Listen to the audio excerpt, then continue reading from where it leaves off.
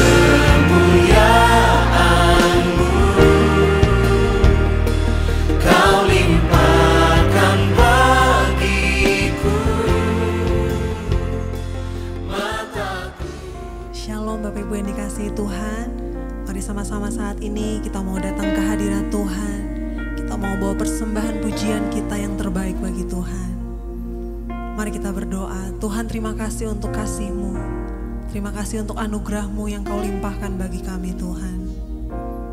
Kami percaya, Tuhan, kesetiaan-Mu tidak pernah berubah dalam hidup kami. Haleluya, Yesus.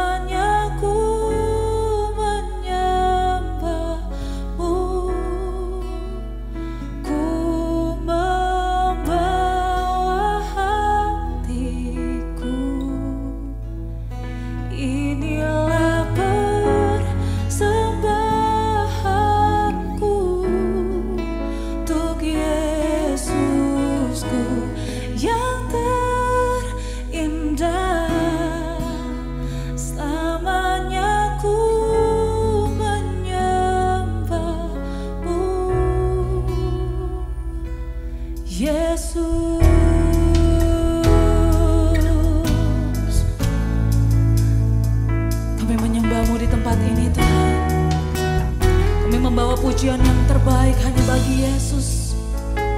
Engkau Yesus yang termanis. Kami bawa hati kami Tuhan sepenuhnya ke hadirat-Mu.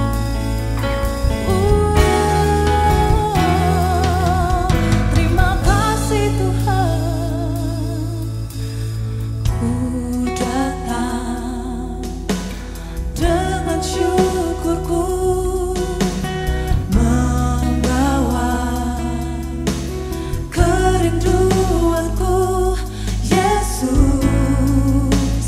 ingin ku menyenangkan-Mu, sebab karya-Mu yang indah bagi kami Tuhan. Karya-Mu indah bagiku, kasih yang menyelamatkanku, Yesus.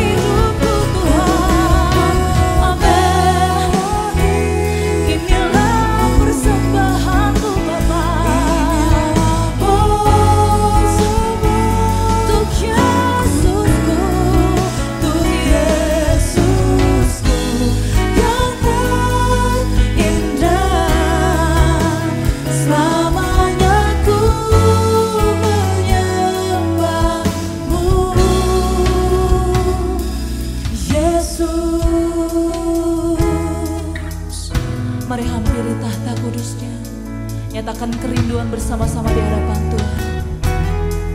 Kami rindu Bapa.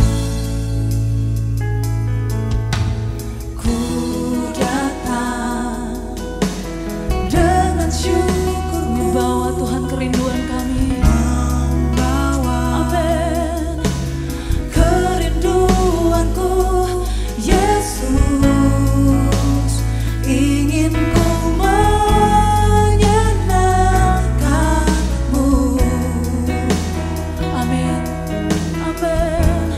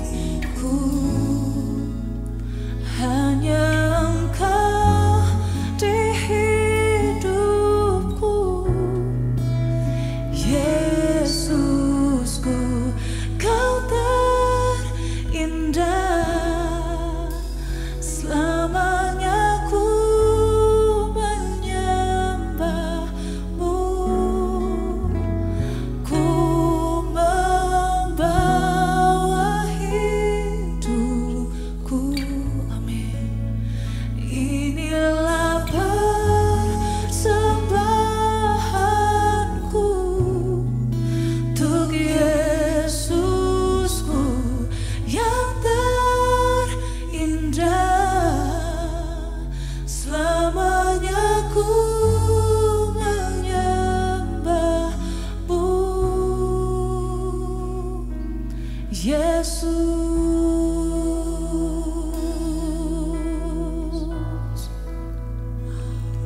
selamanya ku sembah, selama-lamanya ku sembah Kau Tuhan. Yesusku yang termanis, kami bawa hati kami Tuhan, hidup kami, segala-galanya yang kami miliki hanya Kau Tuhan. Kau yang layak terima segala-galanya, Yesusku, Yesusku. Kami datang dengan kerinduan membawa yang terbaik hanya bagi Yesus. Tak ada satupun yang dapat memisahkan Engkau dari kami Tuhan. Kasih-Mu besar, Kasih-Mu besar. Kau yang terindah, Kasih-Mu terindah. Kau yang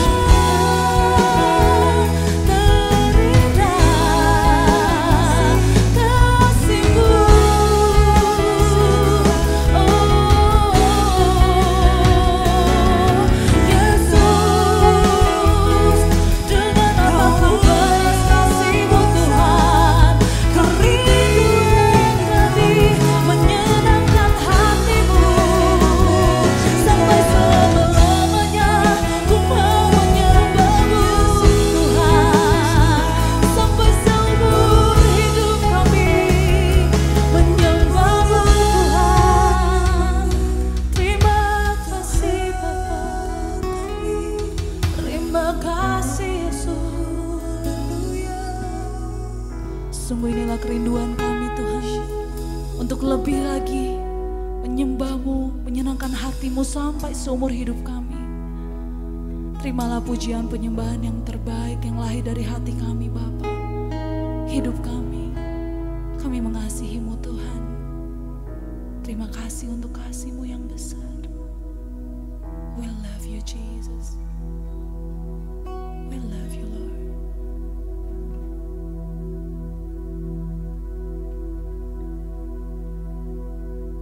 Sungguh kami bersyukur Tuhan, kami punya Allah yang baik. Engkau Allah yang ajaib dalam hidup kami Tuhan. Ya Tuhan. Kami mau menjadikan Engkau pusat dari kehidupan kami. Amin. Engkaulah segalanya Tuhan.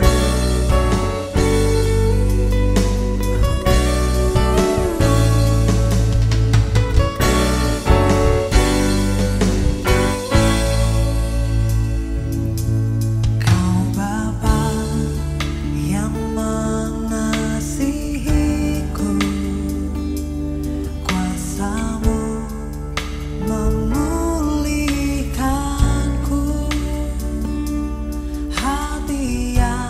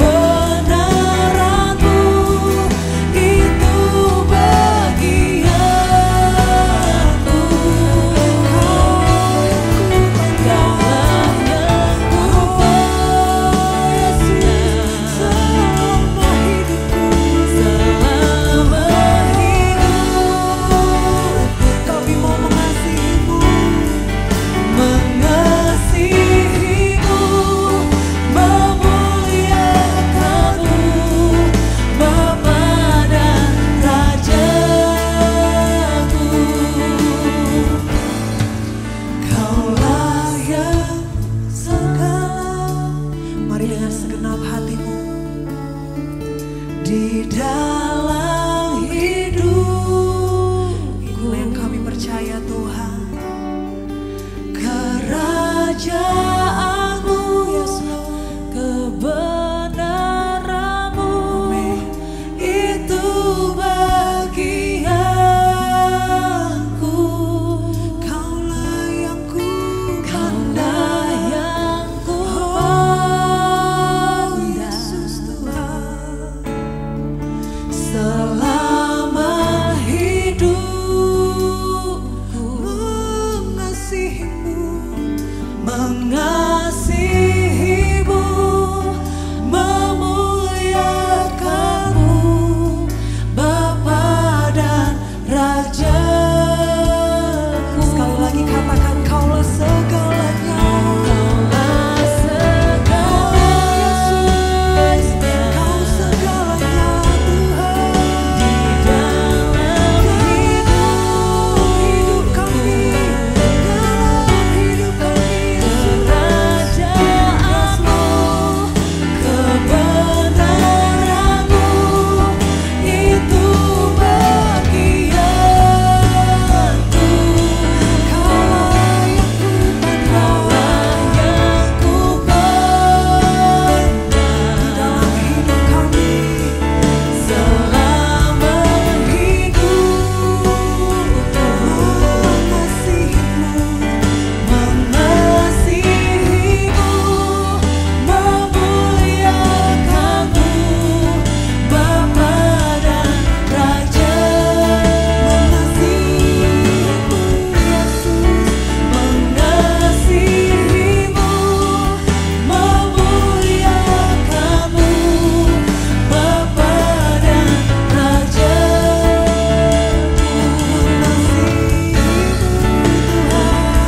Mengasihimu, memuliakanmu, Bapa dan Rajaku. Oh Yesus, Kasih segalanya dalam hidup kami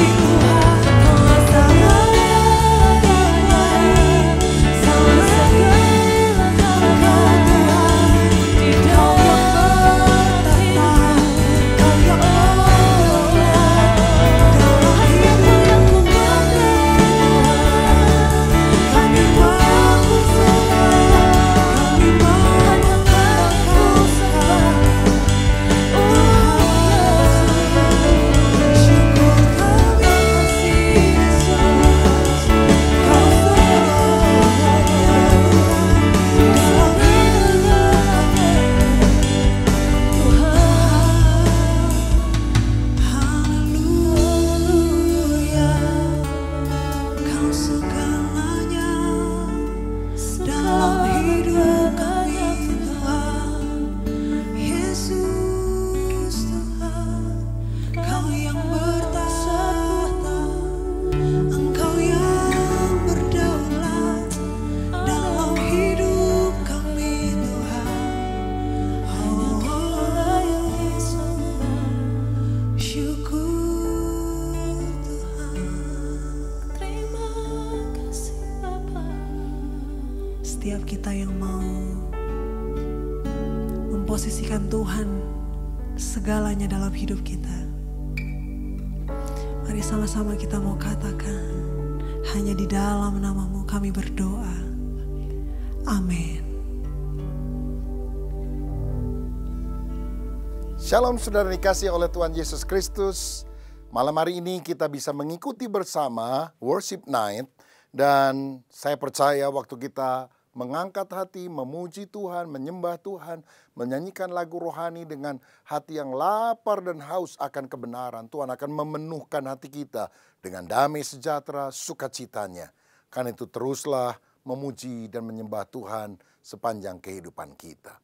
Baik, pada hari ini saya akan membawakan renungan dengan judul Iman yang Hidup bagian yang kedua. Saudara, kita tahu bahwa iman adalah sesuatu yang sangat penting. Orang benar akan hidup oleh iman. Inilah kemenangan yang mengalahkan dunia, yaitu iman kita. Segala sesuatu yang dilakukan tanpa iman adalah dosa. Tetapi kalau kita memiliki iman, kita bisa memindahkan gunung masalah apapun dan mengalami mujizat Tuhan. Nah, Ibrani pasal 11 merupakan pasal yang dikenal sebagai pasal iman. Karena banyak tokoh-tokoh iman yang dicatat di sana. Dan mereka ternyata adalah orang yang mempraktekkan imannya di dalam tindakan, dalam perbuatan. Minggu yang lalu saya sudah bahas tentang Habel. Dan dari Habel kita belajar tentang persembahan iman. Orang percaya harus belajar mempersembahkan yang terbaik kepada raja di atas segala raja. Bukan hidup menuntut dari Tuhan, tapi hidup berguna untuk kemuliaan nama Tuhan. Nah, hari ini kita akan belajar tentang tokoh yang kedua, yaitu Henoh. Dari Henoh kita akan belajar tentang kemurnian iman. Ibrani 11 ayat 5 berkata demikian. Karena iman, Henoh terangkat, supaya ia tidak mengalami kematian, dan ia tidak ditemukan karena Allah telah mengangkatnya. Sebab sebelum ia terangkat, ia memperoleh kesaksian bahwa ia berkenan kepada Allah. Nah, kita akan belajar dari Henoh perihal kemurnian iman. Saudara, Tuhan ingin agar kita menjadi orang yang suci di hadapan Dia, sehingga hidup kita berkenan kepada Allah. Dan iman yang sejati itu akan menghasilkan kebenaran, kesucian, kesalehan dalam hidup kita. Kejadian 5:24 berkata, dan Henoh hidup bergaul dengan Allah, dan dia tidak ada lagi, sebab dia telah diangkat oleh Allah. Saudara, orang yang selalu dekat dengan Tuhan, bergaul dengan Tuhan, lama-lama akan dirubah sifatnya menjadi serupa seperti Tuhan. Nearness is likeness, semakin dekat semakin serupa. Saudara dekat-dekat dengan jago gosip, lama-lama saudara bisa jadi tukang gosip. Saudara dekat-dekat sama jago masak, mudah-mudahan saudara ketularan jadi jago masak juga. Kalau saudara dekat-dekat dengan Tuhan, lama-lama karakter kita menjadi mirip dengan Tuhan. Nah, saudara, Henoh tinggal di dalam lingkungan yang bejat, banyak orang berdosa. Tetapi bagaimana dia bisa hidup suci? Karena dia hidup sungguh memuliakan Tuhan, dekat dengan Tuhan. Sampai akhirnya dia diangkat oleh Tuhan. Tidak ada lagi. Karena Tuhan berkata, sudahlah daripada kamu ada di lingkunganmu, sudah naik ke tahtaku saja. Aku rindu berbincang-bincang dengan engkau. Oh, ini suatu yang dahsyat.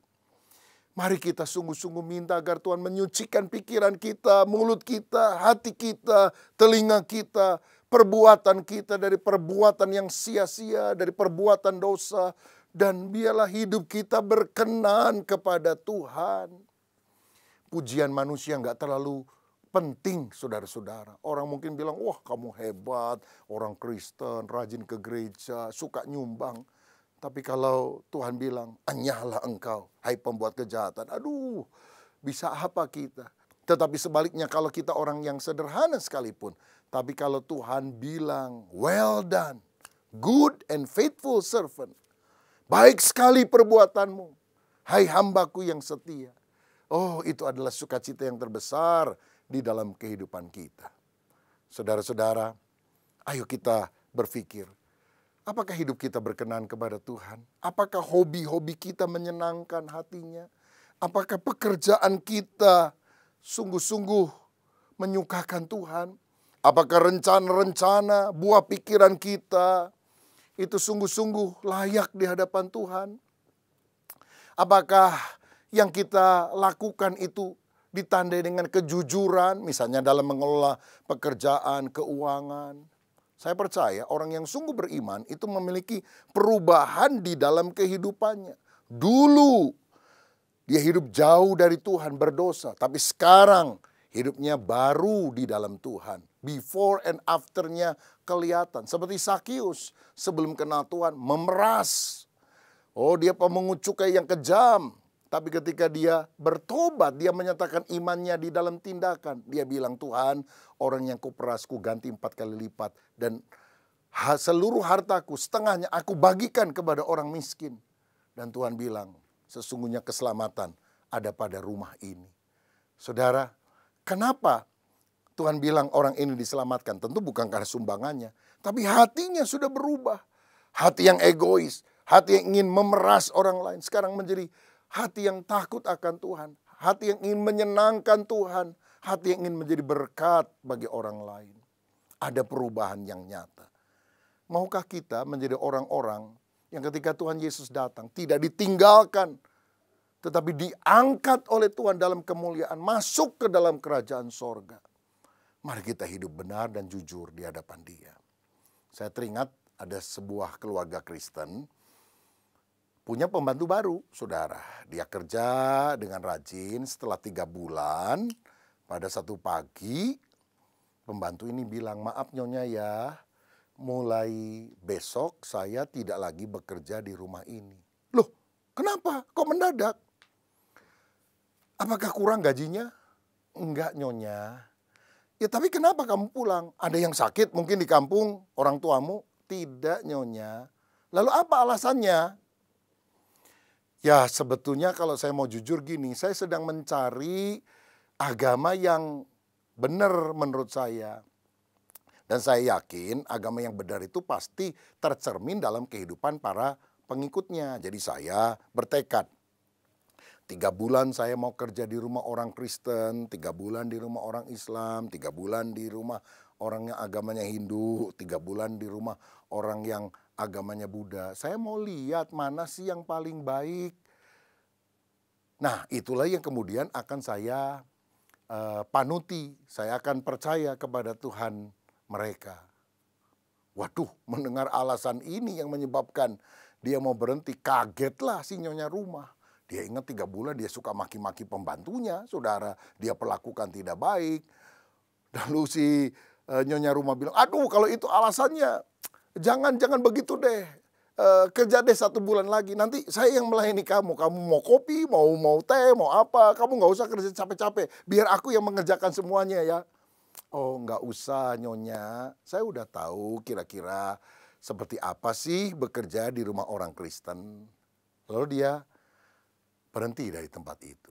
Nah saudara, betapa malu kalau sikap hidup kita tidak berkenan kepada Tuhan dan ditunjukkan di dalam sikap kepada orang lain. Dan biarlah kita berkata, Tuhan jadikan aku orang yang hidup benar, yang saleh, walaupun belum sempurna, tapi kita harus berjalan di dalam hal-hal yang baik dalam kehidupan ini. Sehingga menjadi contoh, menjadi garam dan terang dunia. Dan kalau ada di antara saudara yang merasa bahwa engkau masih melakukan hal yang kotor, yang cemar, yang tidak benar. Saya percaya Tuhan masih memberikan kesempatan kepada kita untuk menjadi orang yang murni di hadapan Tuhan. Dengan cara apa? Bertobat dari segala dosa, berbalik kepada Allah, melakukan apa yang merupakan kehendak Tuhan. Seperti ada seorang anak SD kelas 6, jorok, jarang mandi, keramas juga mungkin beberapa minggu sekali, pakaiannya lusuh saudara, dan di meja sekolahnya di bagian kolong banyak kertas-kertas atau sampah berserakan dan dia biarkan saja. Tapi satu kali dia mendengar pengumuman bahwa penilik sekolah dari pusat akan datang ke sekolah itu dan akan memberikan beasiswa kepada salah satu siswa atau murid yang paling bersih. Wah, sejak itu dia berubah. Dia bilang sama temannya, biasanya kan kalau orang meriksa sekolah kita hari Senin, jadi hari Senin saya akan bersih, saya akan mandi, saya pakai minyak wangi, saya keramas, saya akan bersihkan meja belajar saya. Karena Senin mungkin penilik itu akan datang. Temennya bilang, gimana kalau Senin nggak datang? Datangnya Selasa atau Rebo. Oh ya udah, Senin, Selasa, Rebo saya bersih. Tapi kemudian temennya bilang, gimana kalau dia nggak datangnya Senin, Selasa, Rebo? Tapi hari Kamis, Jumat atau Sabtu? Oh iya juga ya. Ya udah dah. Saya sekarang mau tampil bersih. Hari Senin sampai hari Sabtu, bahkan semua hari saya akan tampil bersih. Dan ternyata penilik selama beberapa bulan belum datang saudara. Cuma diomongin nanti datangnya mendadak. Murid-murid harus siap. Dan setelah beberapa bulan itu, si anak ini sudah membiasakan diri dengan hidup bersih, pakaian bersih, meja bersih, semuanya bersih. Dan ketika penilik itu datang, dialah orang yang menerima beasiswa. Karena hidup yang lama, jorok, kotor sudah ditinggalkan. Dan dia menjadi orang yang bersih. Saya mau bilang Sang Penilik Agung akan segera menginspeksi kita, mengaudit hidup kita. Maukah kita berkata, Tuhan, aku yang kotor, aku yang tidak berkenan, bersihkan. Sehingga ketika Engkau datang, apakah Yesus datang kali kedua, atau aku datang duluan kepada Tuhan. Waktu malam tidur, nggak bangun lagi, itu kan kita yang datang menjumpai Tuhan. Dan pada waktu aku harus ketemu Tuhan, aku diangkat dalam kemuliaan. Bukan dicampakkan di dalam penghukuman, tapi aku berserta dengan Tuhan selama-lamanya. Saudaraku, Henoh bergaul dengan Tuhan, dan dia tidak ada lagi. Dia diangkat oleh Tuhan, sebab hidupnya berkenan kepada Tuhan. Maukah kita berjanji, Tuhan, bersihkan hatiku, agar aku hidup juga berkenan kepada Tuhan. Itulah ciri orang yang beriman, menjaga kemurnian hati dan hidupnya untuk sungguh menyukakan hati Tuhan. Adakah di antara saudara yang rindu hidup berkenan kepada Tuhan, minta dibersihkan oleh darah Yesus, diurapi dengan Roh Kudus? Taruhlah tanganmu di dada, mari kita berdoa. Bapa, terima kasih untuk kebenaran firman-Mu malam ini dalam acara Worship Night. Dan biarlah Engkau membersihkan hidup kami, menyucikan kami. Segala yang kotor, yang najis, yang tidak berkenan, cabut, angkat dalam hidup kami. Dan jadikan kami orang yang hidup takut akan Tuhan. Kalau kami seperti murid yang jorok, yang kotor, tapi sadar Sang Penilik Agung akan segera datang. Kami mau bertobat, kami mau membenahi diri dengan kuasa kekuatan Tuhan. Sehingga waktu Tuhan datang, kami diangkat di dalam kemuliaan. Berkat-Mu atas kami, dalam nama Tuhan Yesus Kristus. Haleluya. Amin. Sampai jumpa pada hari Kamis yang akan datang. Tuhan Yesus memberkati kita semuanya. Amin.